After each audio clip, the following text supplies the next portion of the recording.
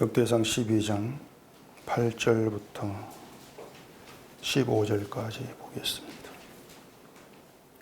갓사람 중에서 광야에 있는 요새에 이르러 다윗에게 돌아온 자가 있었으니 다 용사요 싸움에 익숙하여 방패와 창을 능히 쓰는 자라. 그의 얼굴은 사자 같고 빠르기는 산의 사슴 같더니 그 우두머리는 에셀이요 둘째는 오바다요 셋째는 엘리압이요 넷째는 미스만나요 다섯째는 에레미야요 여섯째는 아떼요 일곱째는 엘리엘이요 여덟째는 요하나니요 아홉째는 엘사밧이요 열째는 에레미야요 열한째는 막반네라.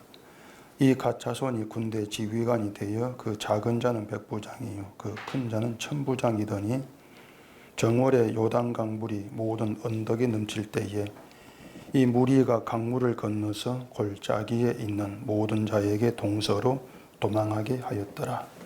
아멘. 기도하겠습니다.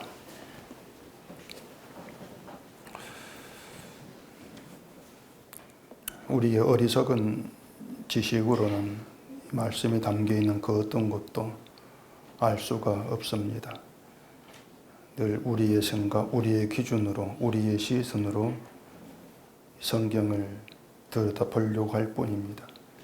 이 시간 성령이 오셔서 도우심으로 또 함께 하심으로 우리의 그런 모든 생각들은 덮어진 가운데에서 온전히 드러낸 하나님의 그 뜻을 알고 그 뜻에 붙들려가는 그런 성도의 길에 있는 저희가 되도록 해주시옵소서. 예수님 이름으로 기도합니다. 아멘.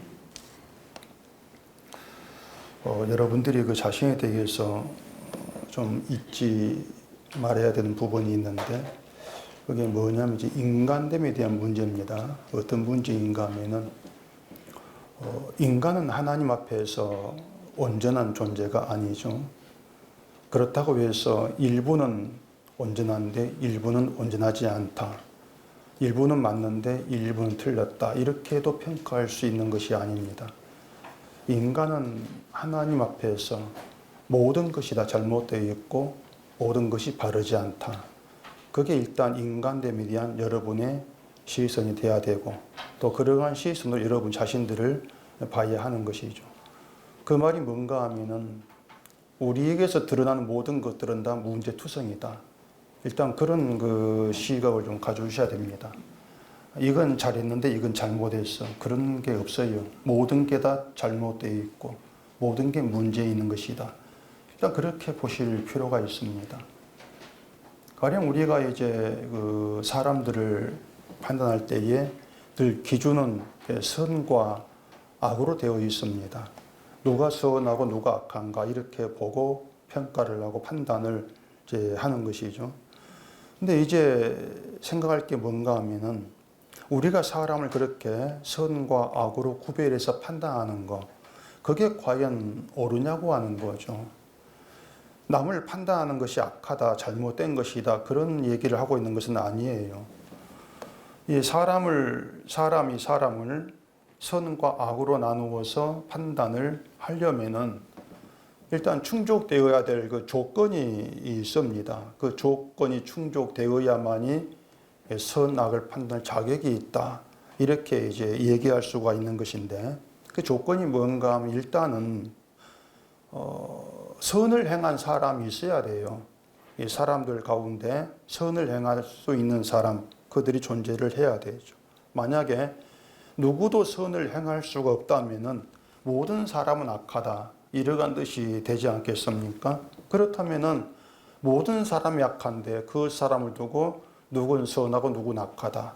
이렇게 나누어 판단하는 것 자체가 성립이 안 되는 겁니다. 오로지 모든 사람은 악하다. 이러한 판단만 가능할 뿐인 거죠. 근데 성경은 이 사람이 선을 행할 수가 없다. 이렇게 아예 못 받고 얘기를 하고 있죠. 그렇기 때문에 사람을 보면서 누가 선할까, 누가 악할까, 저 사람은 선하고 이 사람은 악하고 그런 판단 자체가 성경에 맞지를 않아요. 근데 우리는 사람들 그렇게 본단 말입니다. 저 사람은 선해, 이 사람은 악해. 우리가 그렇게 보면서도 그런 문제를 우리가 눈치를 채지를 못하고 있는 것이죠. 또 하나의 조건이 뭔가 하면은 설령 이 세상에 선한 사람이 있다 할지라도 선악을 구별할 수 있는 안목이 있어야 합니다. 선이 무엇이고 악이 무엇인가 이걸 우리가 알아야 되겠죠. 그걸 구별할 수 있어야만이 선악을 바르게 판단할 수가 있는데 이 사람에게는 그런 안목이 또 없어요. 선을 선으로 알아보고 악을 악으로 알아볼 수 있는 그런 안목, 어떤 그런 지식, 그게 없단 말입니다. 결국 이 선악이라고 하는 것은 하나님만이 알 수가 있고 하나님과의 관계에서 판단되어져야 되는데 인간은 하나님을 알지를 못하고 그렇기 때문에 선악을 판단할 안목과 능력이 인간에게 아예 없다. 그렇게 결론을 내릴 수밖에 없는 거죠. 결국 인간이 그렇습니다. 선악을 판단해 봐야 결국 나오는 것은 내 안에 자리하고 있는 선의 기준, 악의 기준, 그것으로 판단이 되는 거죠. 그 기준이 윤리와 또 행함, 이렇게 굳어져 있지 않겠습니까? 근데 우리가 또 믿음을 판단하는 것도 다르지가 않아요. 서로 사람을 두고 믿음이 있고 믿음이 없고 또 자기를 보고서도 믿음이 있고 믿음이 없고 이렇게 우리가 판단을 참 잘하고 그렇게 살고 있지만은 선한 사람이 없는 것처럼 믿음이 있는 사람도 없어요. 그렇기 때문에 뭐 사람을 두고 믿음이 있다 없다 이렇게 판단하는 것 자체가 잘못된 것이란 말입니다. 또한 하나님이 우리에게 믿음을 주셔서 그 믿음으로 우리의 길을 또 인도에 가고 계시지만은 우리에겐 이미 역시 이게 믿음이다. 그렇게 믿음의 기준으로 자리 잡혀 있는 것이 있단 말입니다.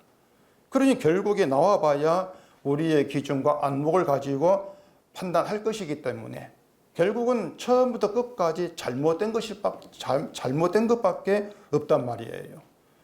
그렇게 여러분들이 스스로를 좀 그런 시각으로 볼 필요가 있는 거죠.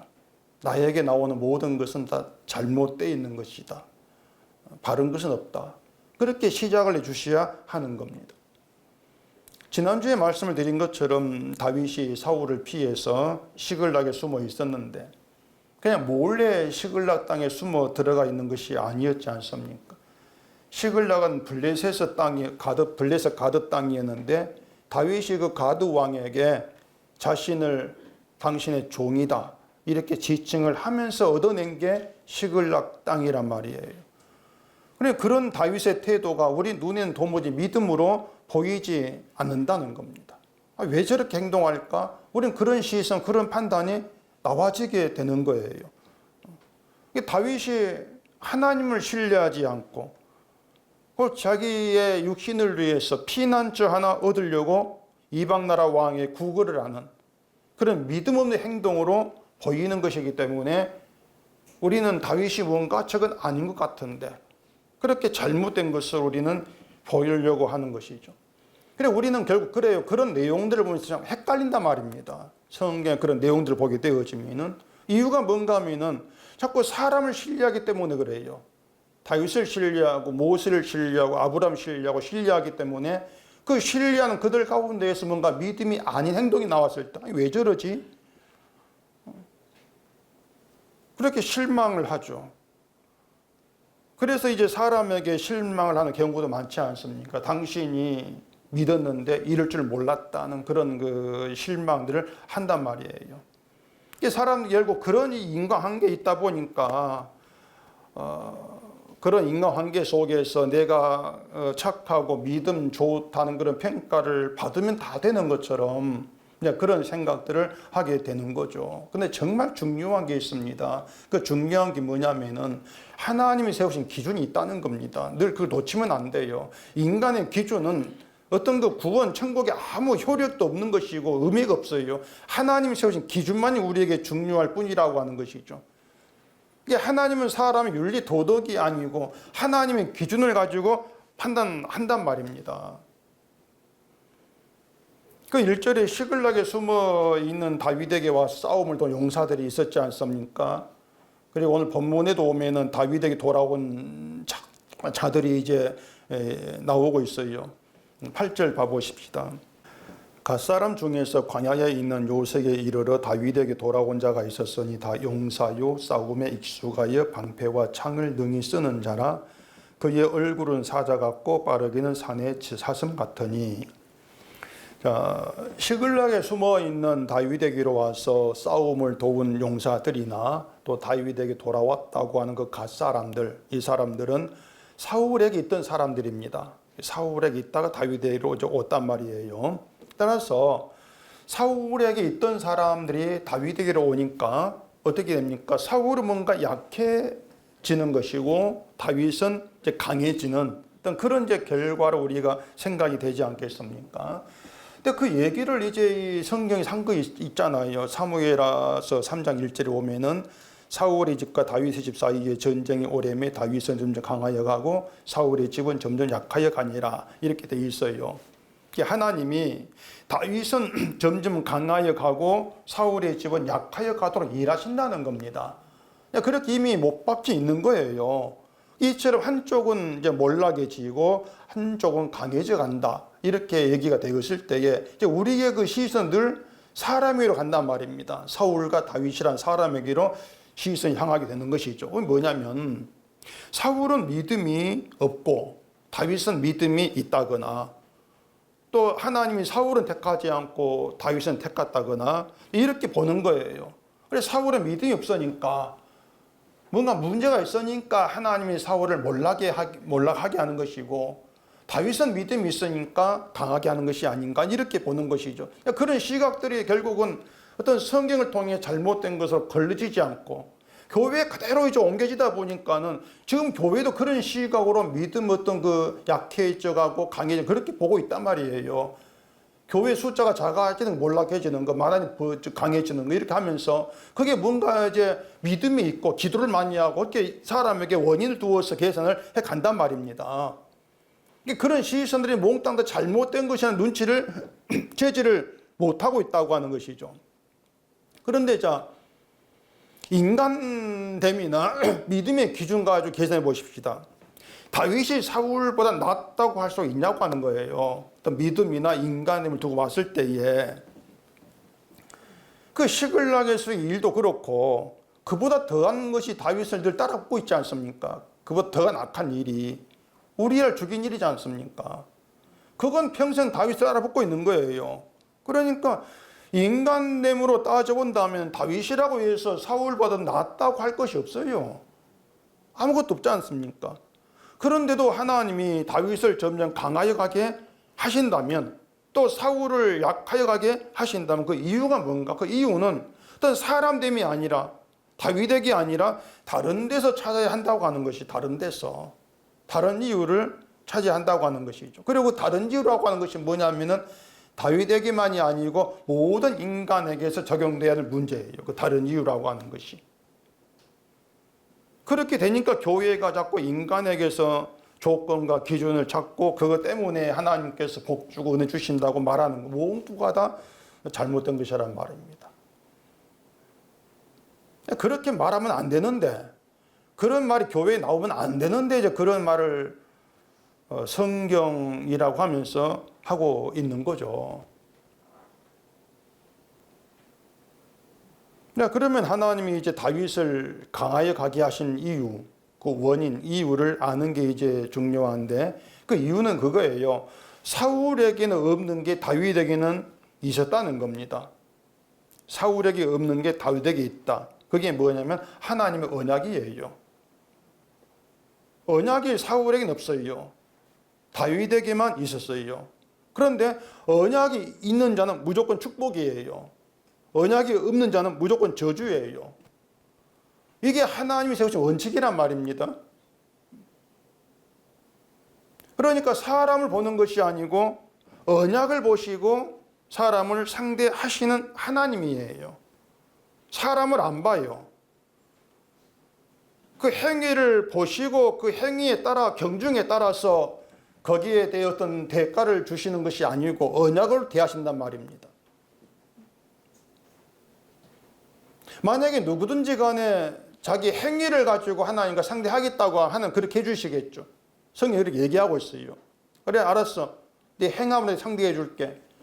근데 그렇게 해봐야 나올 건 저주밖에 없잖아요. 왜냐하면 인간에게 선이 나올 수 없다고 했으니까. 그게 하나의 원칙이란 말입니다. 그래서 우리가 자꾸 이 사람을 보고 사람에게서 어떤 조건을, 이유를 가지고 선악을 판단을 하고 믿음의 여부를 저울질하고 이러한 모든 것들이 하나님 원칙에서 벗어난 악이다. 그렇게 여러분들이 아셔야 돼요. 그런 점에서 본다면은 이 사울을 떠나서 다윗에게 돌아온 갓사람 이야기, 이 이야기는 단지 다윗이라는 사람에게로 왔다, 그러한 의미가 아니고 저주에 속한 사울을 떠나서 언약이 있는 다윗에게로 돌아온 그 얘기로 우리가 생각을 할 내용이 된다고 하는 거죠. 그리고 그것이 이제 하나님이 참된 백성 유다라고 하는 것을 갓사람을 이야기를 통해서 나타내고 있는 것입니다. 그래, 이 이야기가 우리의 가르치는 바가 많아요. 무엇보다도 말씀드린 것처럼 이 복과 저주라고 하는 것, 사람들에게 정말 민감한 복과 저주, 이 복과 저주가 어떻게 나누어 갈려지느냐, 이것은 사람의 행위로 나뉘어지는 것이 아니다. 우리의 잘잘못을 따져서 갈려지고 판단되는 문제가 아니다. 이건 정말 중요한 시각이 되는 거죠. 이게 사람들이 자꾸 이 복과 이 저주라고 하는 것이 내가 어떻게 하는가에 따라서 나누어진다고 보지만 하나님은 아니라는 것입니다. 다시 말씀드릴게요. 저주가 뭔가? 저주는 언약이 없는 거예요. 지금 신약식으로 말하면 예수님 없는 게 저주예요. 그 자체예요. 예수 안에 있지 못한 자체가 저주예요. 복은 언약이 있는 거죠. 예수님 계시는 거. 내 안에 주가 살아계신다. 예수 안에 있다. 모든 게 복을 얘기하고 있단 말입니다. 그 자체가 인간 성도의 축복이다. 이처럼 하나님 복과 저주는 언약을 기준으로 결정된 문제다는 거죠. 그리고 겉으로 드러나는 번성, 힘, 세력은 복으로 간주될 문제가 또 아니라고 하는 것이에요. 근데 다윗은 점점 강해져 갔다고 하는 것을 마치 다윗이 사울보다 더 용사가 많아져 가지고 막 세력이 강해지고 번성해지는 것으로 생각할 수가 있을 겁니다. 근데 그런 것을 복으로 우리가 말한다면은 이 세상에서 번성했다, 강해졌다, 세력이 크다, 이런 모든 것들은 다 복받다, 이렇게 말을 해야 되겠죠. 그렇게 되면 언약이 기준되어 가지고 복과 저주 나누어지는 것이 모순이 되어버려요. 언약이 없는 이방인도 얼마든지 강한 세력을 이루고 번성할 수가 있는데 그걸 복이라고 해버린다면 언약이 없는 게 저주야, 이 말과 맞지 않지 않습니까? 언약이 있는 것이 복이라고 한다면 결국 우리의 관심은 언약으로 가야 합니다. 언약이 무엇이기 때문에 그게 복과 저주의 기준이 되는가? 그렇게 언약을 아는 것에 관심이 가야 되는데 우리의 관심은 늘 언약 쪽보다는 복과 저주로 늘 이제 붙들려 있다는 것도 우리의 실상이 아닐 수가 없죠. 그렇기 때문에 늘 말씀드린 것처럼 성도라 할지라도 성도 자체가 성도 어떤 존재인가 하면은 늘 하나님의 간섭의 아래 있는 자예요. 그게 성도예요. 성도라고 언약에 관심을 딱 두고 세상의 복과 저주는 우리가 끊어버리고 언약만 중시하고 살아가면 좋겠네, 이렇게 안 된단 말입니다. 안 되기 때문에 언약이 축복이든 그 성도됨을 지키기 위해서 하나님이 간섭하실 수밖에 없는 거죠. 그러니까 우리 성도라고 하는 존재는 하나님 간섭을 그렇게 받아들여야 되는 거예요. 그게 성도의 시각이란 말입니다. 하나님이 나를 간섭하시고 다스리신다. 그래, 맞아. 근데 자꾸 사람의 시각은 자기 일을 내놓고 그게 잘 되는 간섭을 기대하지 않습니까? 근데 그게 아니고 우리가 정말 언약이 얼마나 중요한지, 예수 그리스도가 내 인생에 얼마나 소중한지를 알게 하려고 간섭하신다. 그 간섭을 위해서는 내가 귀히 여기는 것, 세상 것들을 하나님께서 꺼내야 되죠. 그런 간섭을 염두에 두고 있는 게 그게 성도란 말입니다. 그래서 성도로 사는 게 이게 만만치가 않아요. 힘든 일이죠.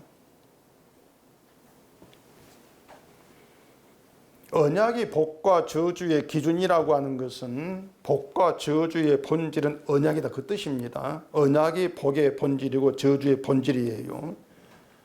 아무리 번성이 하고 세력이 강해졌다 할지라도 언약이 없으면 저주다. 그 자체가 몰락한 것이다. 반대로 세력이 약해지고 마치 무너진 것처럼 보인다 할지라도 언약이 있는 자는 복이다. 축복 안에 있는 것이야.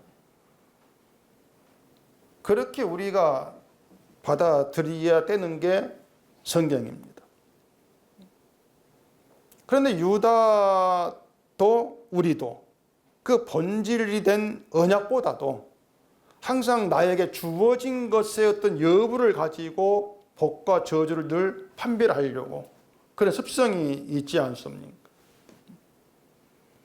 가령 유다를 쳐서 망하게 하시고 포로로 잡아간 바빌론, 그들은 더 강해지니까 그들이 복이 있는 것이고 유다는 마치 저주를 받은 것처럼 보게 되어지는 그런 시각이 그러하다고 하는 것이죠.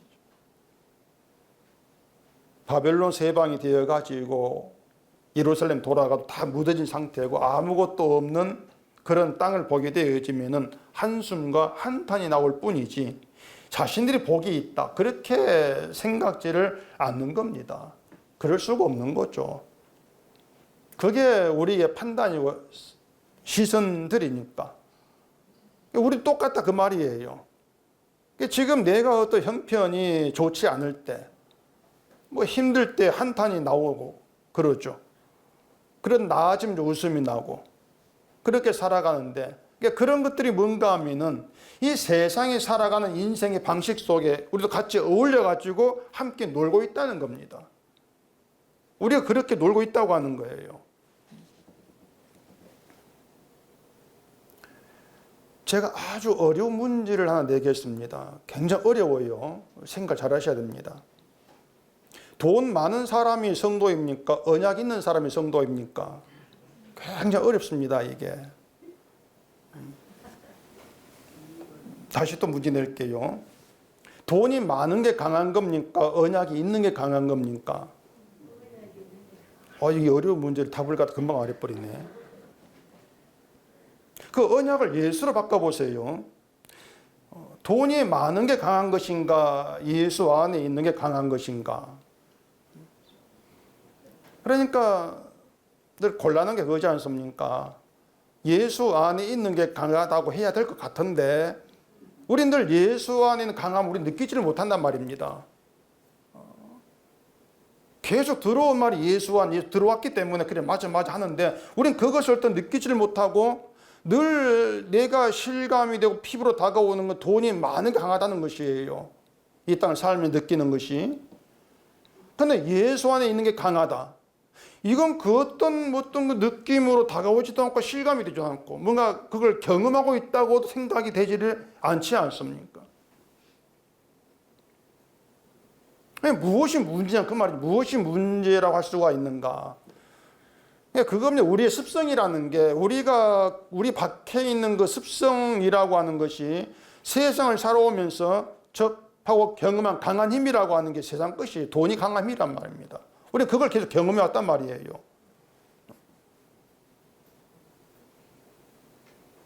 아마 여러분들은 돈이 많은 것보다 예수 안에 있는 게 강하다 이렇게 했을 때 그 예수 안의 강함을 내가 실제로 뭐 좀 경험하고 싶다 이 생각이 아마 있을 것 같아요. 있을 것입니다.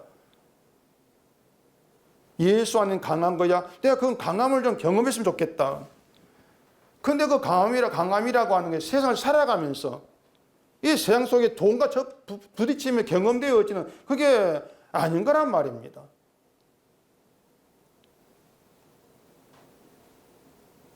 예수 안에 있는 것이 더 강하다. 그걸 내가 누리고 있어. 이걸 실감할 수 있다면은 예수 안에 있다는 믿음으로 감사하며 살아갈 수 있지 않을까. 그렇게 생각할 수가 있는데 그러려면은 강함에 대한 인식이 바뀌어져야 되고 그 인식을 바꾸는 작업을 하나님께서 하신다 그 말입니다. 우리가 못 바꿔요. 결국 하나님께서 개입을 하실 수밖에 없는 거죠. 우리 인생 속에, 내 삶 속에, 내 길 속에. 그래 하나님 일하심에서 강함이라는 걸 찾을 필요가 있단 말입니다. 세상에서가 아니고. 여호수아서 4장을 봐보십시다.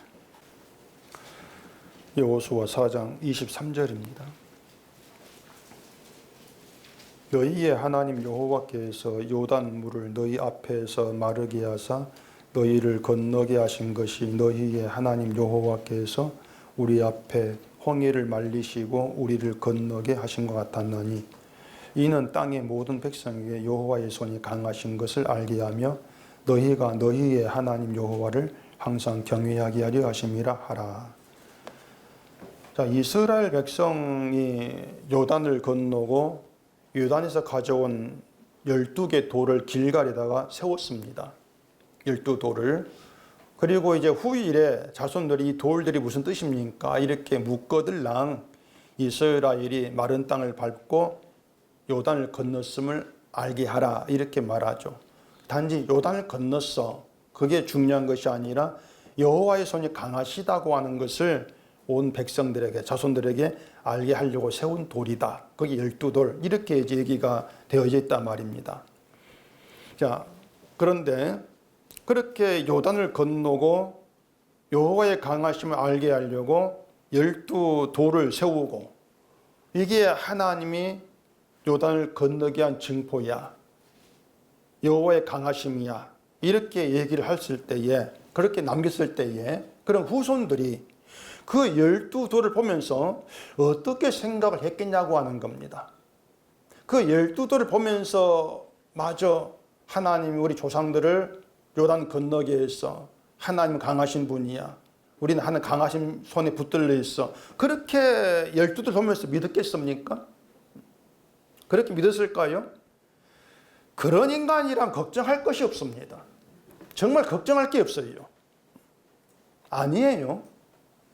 12돌의 길갈, 거기엔 조상들의 경험이 들어있고 요단물을 마르게 해서 건너게 한 하나님 역사가 있는 증표 12개의 돌, 그곳을 어떻게 보겠습니까?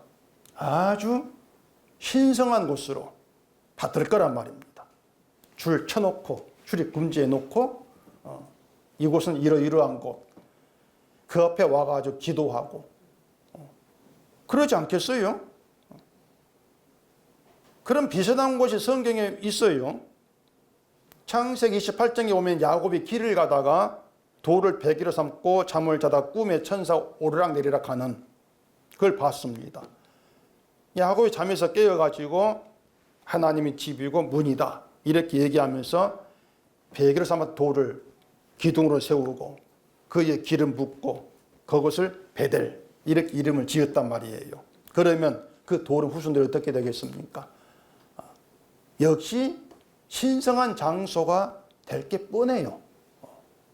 우리 조상 야곱이 천사를 만난 곳이야. 천사가 여기에서 오락내리락 했어. 그렇게 하면서 왠지 그곳에 가면 천사를 만날 것 같기도 하고 하나님 음성이 들릴 것 같기도 하고 그러지 않겠냐 말입니다. 이스라엘을 그 성지순례라고 하면서 찾아가는 것도 그런 의미가 굉장히 많이 바뀌어 있습니다. 여긴 예수님이 기도한 자리. 뭔가 그러면은 감흥이 다르게 오지 않습니까? 여기서 예수님 기도했다고? 자기도 기도하고 싶은 거예요. 또 삭개오의 뽕나무 그런 것도 있어요. 그 삭개오의 뽕나무란 곳에 가면 뭔가 거기에 예수를 만날 것 같은 그런 느낌을 또 받는단 말입니다.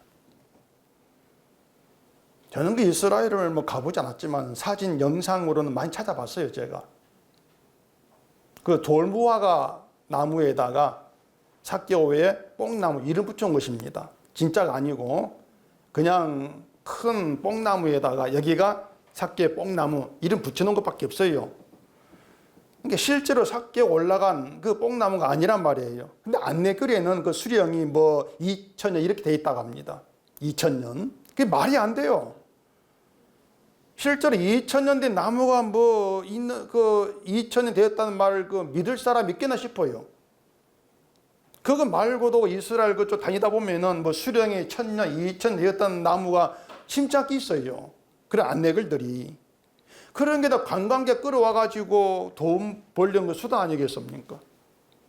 예수 뭐 죽였고 믿지도 않으면서 기독교 끌어가지고 돈 벌리는 그런 것이 있죠.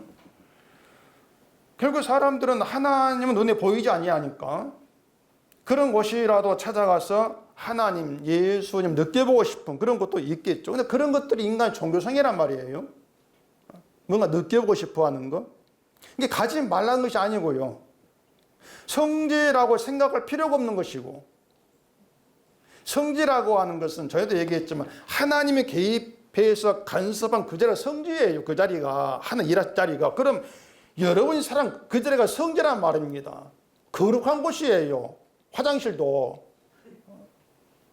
그걸 안 믿으니까 문제지.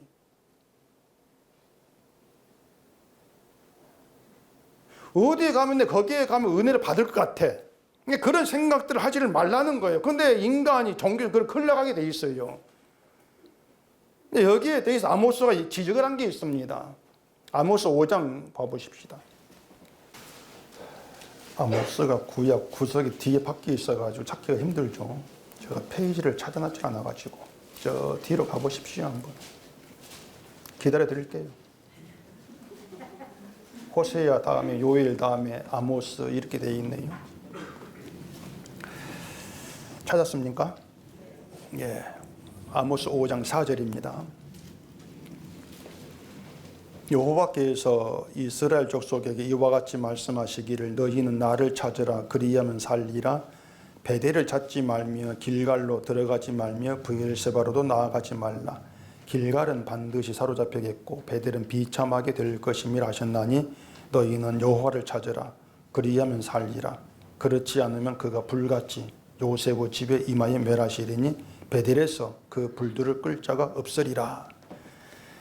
자, 베델을 찾지 말고 길갈로 들어가지 말라 하는데 베델 길갈이 제가 앞에서 말씀드린 것처럼 이스라엘이 신성한 곳으로 그렇게 섬기는 그 장소를 얘기하고 있단 말입니다. 브엘세바는 창세기 21장에 나오는데 아브라함이 이제 에셀 나무를 심고 거기를 여호와 이름을 부른 곳, 그게 브엘세바란 말이에요. 그러니 아브라함 자기 조상이 나무를 심고 여기서 여호와 이름 불렀어. 의미 있고 거룩한 성지로 여길 수밖에 없단 말이에요. 그냥 그런 것들, 뭔가 거룩한 성지, 거기에 가면 은혜를 받고 하나님을 찾고 만날 것 같은 그런 것들을 가지 말라고 하면서 여호와를 찾으라고 한단 말이에요.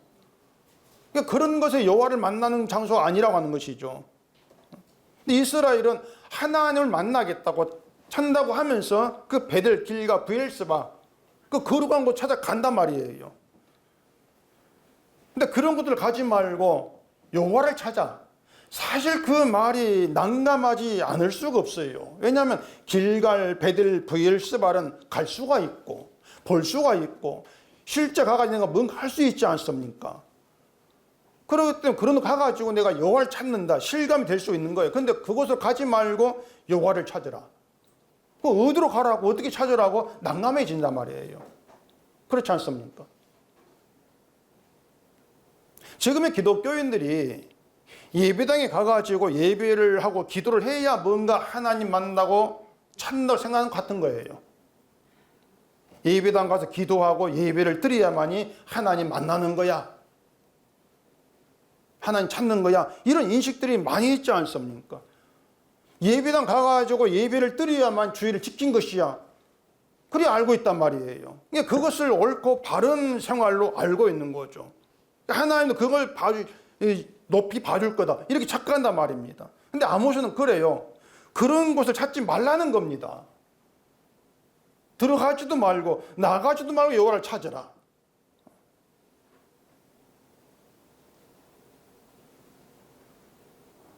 우리는 구구동에 있는 은속교회를 찾아가는 것이 길갈 베드로 가는 게 아니지 않습니까? 아마 그런 미련한 생각하실 분 없을 겁니다. 똑같은 거예요. 길갈 배들이 의미하는 게 은속교회고 도남교회고 사랑의 교회고 숨은 다 그렇단 말입니다. 그럼 예배당 가지 말란 말인가? 아모스가 그런 뜻을 하는 말이 아니란 것이에요. 배들 출입 금지 그게 아니란 말입니다. 뭐 그런 뜻이면 성지순례 가면 안 되죠. 이스라엘도. 가면 돼요. 돈 있으면은. 단지 거기에 가가지고 뭔가 하나님을 접하고 만나고 관계되고 뭐 그런 생각들, 그게 뭔가 신앙이 될 거라고 생각하지 말라는 거예요. 아모스는 그걸 지적을 하고 있는 거죠. 자, 아모스가 여호와를 찾으라 그리하면 살리라고 말합니다. 살리라. 그게 무슨 뜻입니까? 산다고 하는 것은 죽었다 그 뜻이잖아요. 죽은 자에게는 살리라 이렇게 말하고 있는 것이 산 자에게 넌 살리라 이런 말이 성립이 안 되지 않습니까? 죽었다는 거예요. 죽은 자에게 여호와를 찾으라 그 말입니다. 죽은 자로. 자, 그럼 이제 인간의 문제가 뭔가 드러난단 말이죠. 길갈, 베델, 브엘세바 예배당 찾아오면서 자신은 죽은 자라는 걸 생각지 않고 있습니다. 예배당 찾아오면서 자기를 죽은 자로 생각지를 않아요. 그게 인간이 품고 있는 문제라 그 말입니다. 내가 죽은 자를 생각지 않으니까 자꾸 누구를 보면서 믿음 있고 없고 이렇게 판단 나오거든요. 내가 죽은 자인데 그런 내가 누구를 판단한단 말이에요.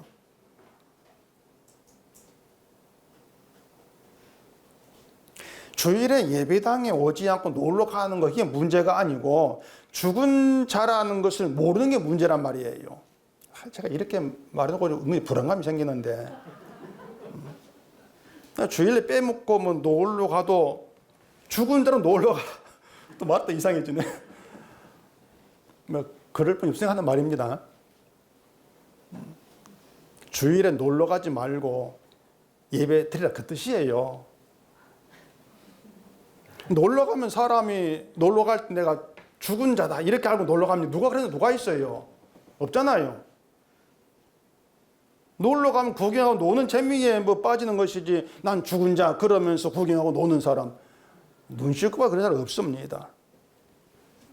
말씀드린 건 예배당에 와가지고 예배 드리는 것 신앙생활이 아니라는 거 제가 그걸 지금 말드리고 있는 거예요. 여호수아가 12개의 돌을 길갈에 세운 그 취지는 자손들에게 요단물을 건너가게 하심으로써 보이신 여호와의 강하심, 그 강하심을 알게 하겠다고 하는 거죠. 이스라엘이 요단을 건널 때 막 마구잡이로 와 가는 게 아니었습니다. 언약궤를 맨 제사장이 맨 앞장을 섰어요. 언약궤를 맨 질새끼 갔어요.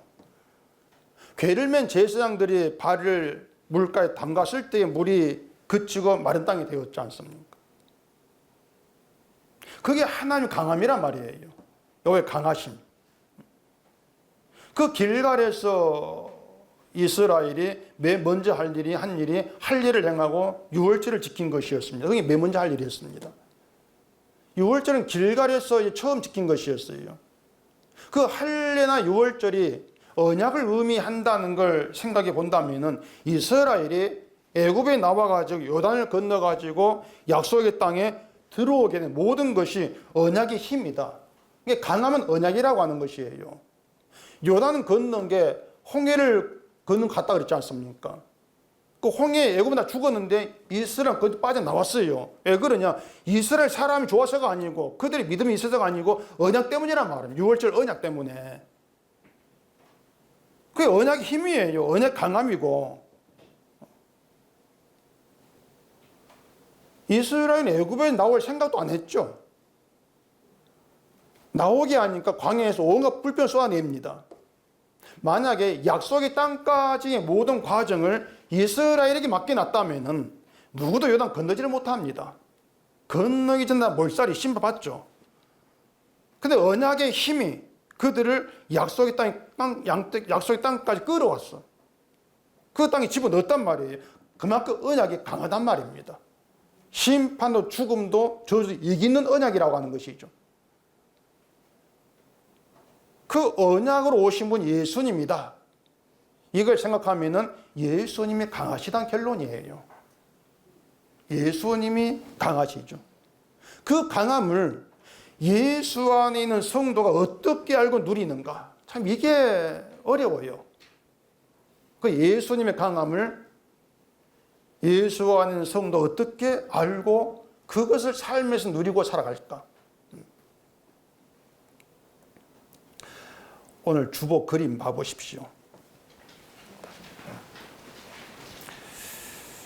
전에 어떤 분이 전화를 하셔가지고 목사님 설교에 자꾸 주보 그림 보라면 자꾸 나오는데 그 주보 그림 어디에 있습니까? 그래서 이제 우리 홈페이지에 들어가 어디도 보시라고 말씀드렸는데 그 주보 그림이 이제 사다리 게임입니다. 아시죠? 사다리 게임. 그 사다리 게임의 특징이 뭐예요? 어디를 어떻게 내려가든 끝은 정해져 있습니다. 끝이, 그 출발과 끝이 딱 정해져 있어요. 내려가는 길이 어디로 어떻게 꺾여 있든지 간에 정해진 끝에 도달하도록 되어 있습니다. 그게 우리의 길이 되신 예수님이라고 하는 거예요. 인간 자체는 강하지가 못해요. 그냥 약하다 이런 의미로 볼 것이 아니고 아예 사탄에 속했다. 그리 생각해야 될 문제가 인간이란 말입니다. 베드로가 그걸 보였지 않습니까? 예수님이 죽고 살아날 걸 말씀하니까 그러지 말라. 만류를 했거든요. 그 덕분에 사탄 내 뒤로 물러가라. 이런 말을 들은 거예요. 사탄이라고 하는 것은 너는 심판을 받고 저주를 받아야 될 대상일 뿐이야. 베드로의 그 속성 자체가 심판과 저주의 대상이란 말입니다. 그 속성이 심판에 속한 자의 속성이라고 하는 것이죠. 그렇기 때문에 그 베드로 똑같은 속성을 가진 인간으로서 예수님을 위해서 할 수 있는 일은 아무것도 없어요. 그런 인간을 여러분 늘 좀 잊으면 안 돼요. 그것만큼은. 근데 그걸 알지를 못하니까 베드로는 자신이 예수님을 위해서 뭔가 할 게 있다 착각한 거예요. 할 수 있다 착각한 거예요. 그러지 말라고 만류한 것이에요. 지키겠다고 하면서. 근데 예수님은 그것을 사람이 일어가면서 사탄이다. 책망하신 것이죠. 그게 베드로 이야기만 되면 안 돼요. 베드로에게 사탄아 이렇게 하신 것은 베드로 너 사탄에게 속한 자로 시작해라 그 뜻이란 말입니다. 나를 위해서 뭔가 할 수 있는 자 그리 시작하지 말고 사탄에게 속한 심판에 속한 자 그렇게 시작하라고 하는 거예요. 너는 그렇게 보라 그 말입니다. 제자들은 그걸 몰랐습니다. 자신들이 사탄에게 속한 자 저주받고 심판을 받아야 될 자로 시작해야 되는 걸 몰랐죠. 그것을.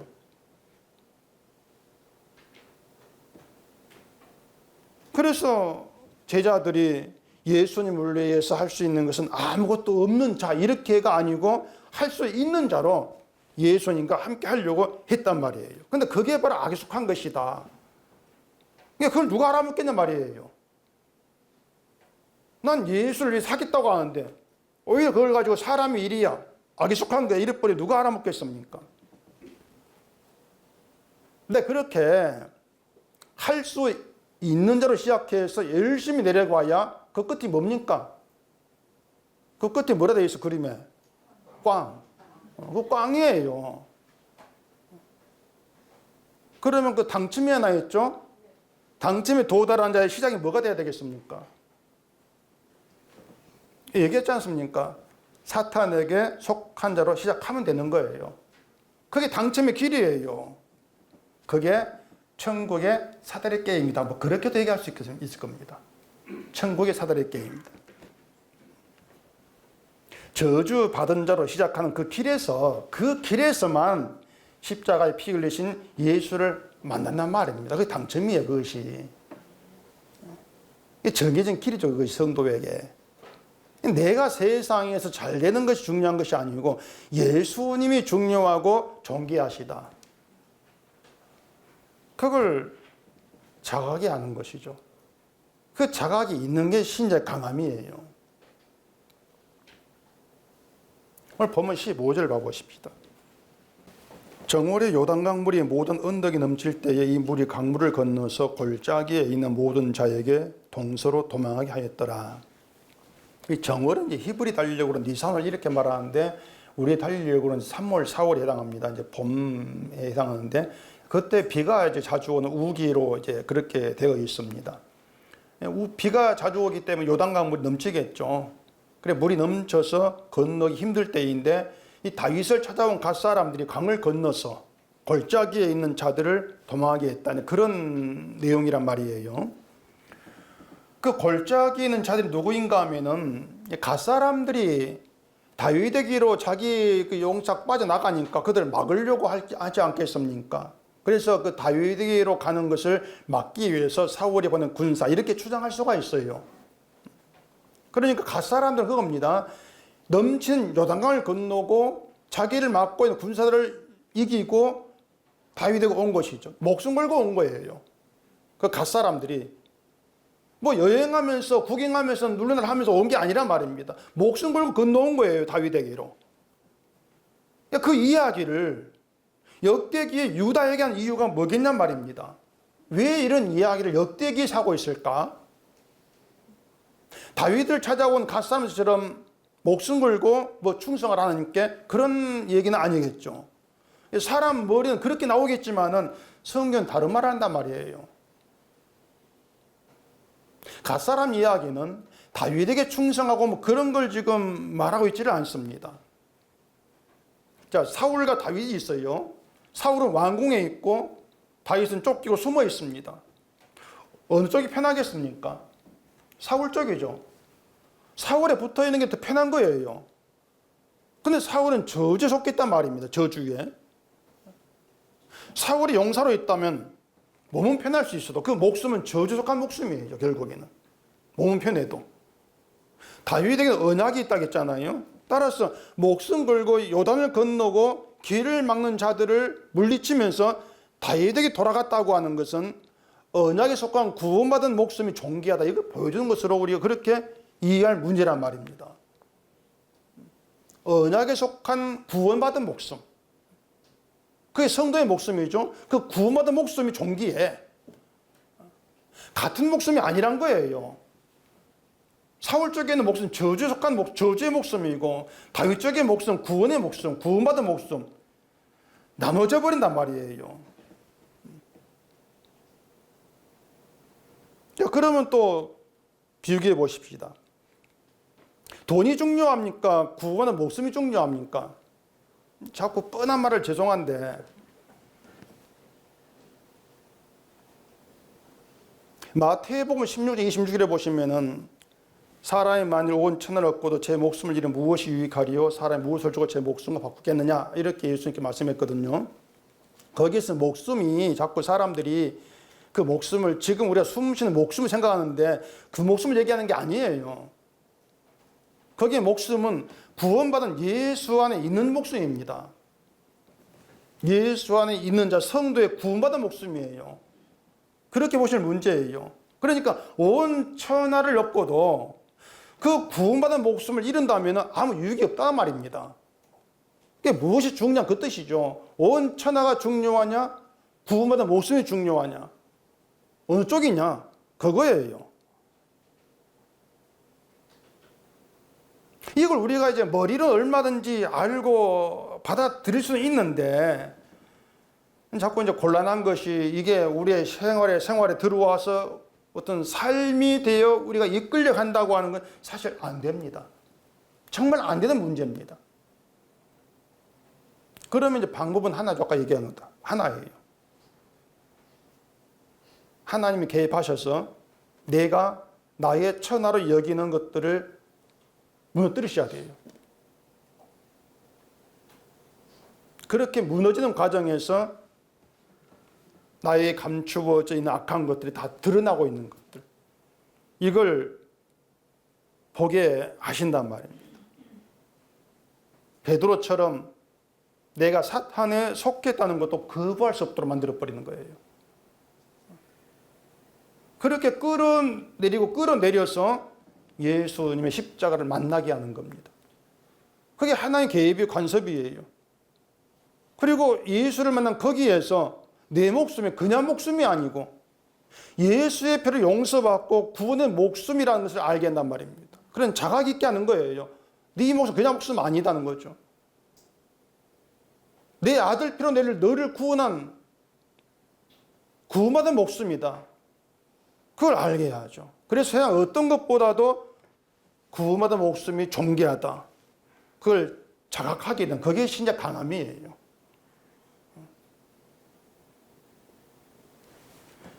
사울의 집은 용사가 몇 명이고 재산이 뭐 얼마고 상관없이 언약이 없다. 딱 그 이유 하나입니다. 언약이 없다. 그것 하나로 죽은 목숨은 저주의 목숨이에요. 딱 그 이유 그거 하나예요. 다윗은 역시 마찬가지죠. 언약의 이유가 되어서 원인이 되어서 구원받은 목숨. 그래 규정이 돼버린단 말입니다. 그걸 두고 다윗은 점점 강하여 가고 이렇게 말해요. 다윗에게는 그 언약으로 하나님께 연결되어 있기 때문에 뭔가 약해져 가는 게 없어요. 점점 강해져 가는 것밖에 없어요.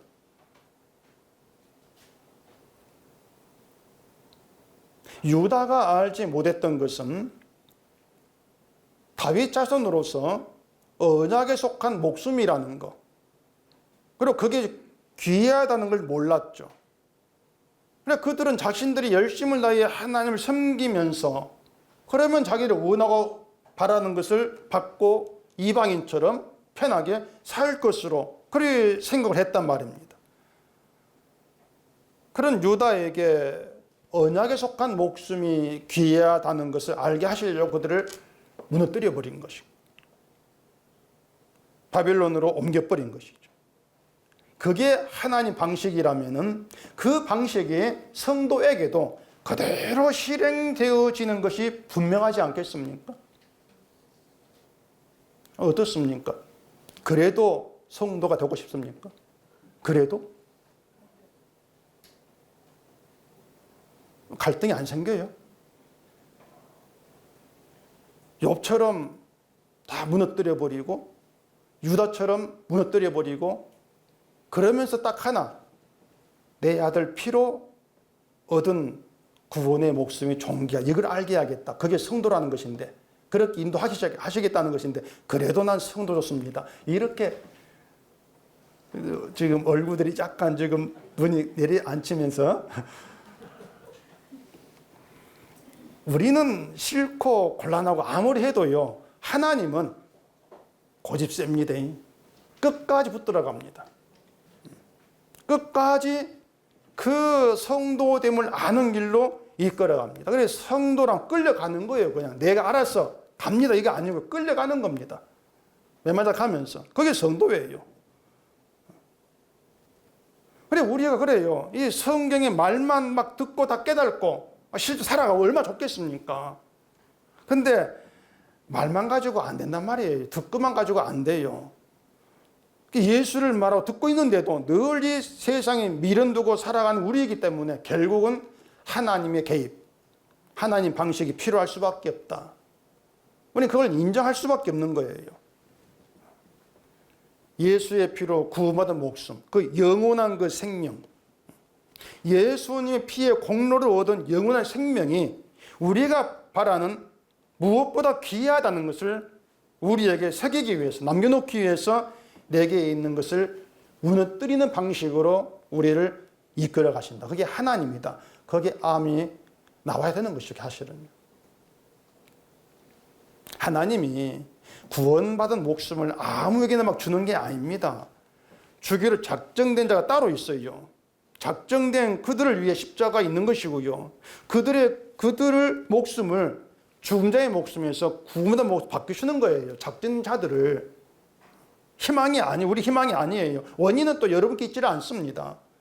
예수님이 모든 일에 원인이 되어 주시는 거예요. 결과는 우리 돌리는 거죠. 몽땅 다. 그래, 우리는 내게 원인 없이 결과를 받는 거예요. 그걸 은혜라 그래요. 그것을. 이런 은혜 앞에서 우리가 할 건 없습니다. 그 사다리 게임에 중간에 다른 길을 막 이것저것 아무리 많이 넣는다 할지라도 결국 끝에서 만나는 건 바뀌지가 않습니다. 그렇죠. 바뀌지가 않아요. 이리저리 길이 꺾이고 한다 할지라도 불안하고 염려할 이유가 없는 거예요. 뭐가 내려가면 이래가 내가 만날까? 그런 염려가 이유가 없는 거죠. 왜냐하면 세상 누구도 알아주지 않고 어떤 일 가운데서도 예수님과 연결되어 있는 은혜의 줄은 끊어지지가 않습니다. 변하지 않고. 우리가 맨 것이 아니고 하나님께서 메어버린 것이기 때문에 바뀌지가 않아요. 그래서 우리는 사람에게 나 알아달라고 할 것이 없어요. 다만 이것이 말로 되지 않는 것이기 때문에 우리에게 그 모든 예수님의 것들이 체험이 되고 경험이 되고 삶이 되게 하시려고 하나님의 길을 이리저리 꺾으시면서 당황하기도 하시고 힘들기도 하신다. 근데 분명한 것은 예수님과 은혜로 연결되어 있기에 결국 주를 만나게 된다. 그 믿음이 성도의 강함이란 말입니다. 이 강함 여러분께 굳건히 자리하시길 바랍니다. 기도하겠습니다. 우리 아버지 하나님, 하나님께서 이끄시는 길에 우리의 희망, 우리의 소망 들어있지가 않습니다. 시작부터 마침까지 하나님 뜻 계획만 있습니다. 하지만 그것이 곧 우리의 믿음이 된다면 그 믿음이 우리 강함이라는 사실을 알게 하시고 시작부터 마침까지 하나님께서 이끌어 가시는, 개입하시는 그 모든 인생에 아멘할 수 있고 주께 맡길 수 있고 주를 바라보면서 주로 인한 그 목숨이 얼마나 존귀한 걸 알아가는 저희가 되게 해주시옵소서. 예수님 이름으로 기도합니다. 아멘.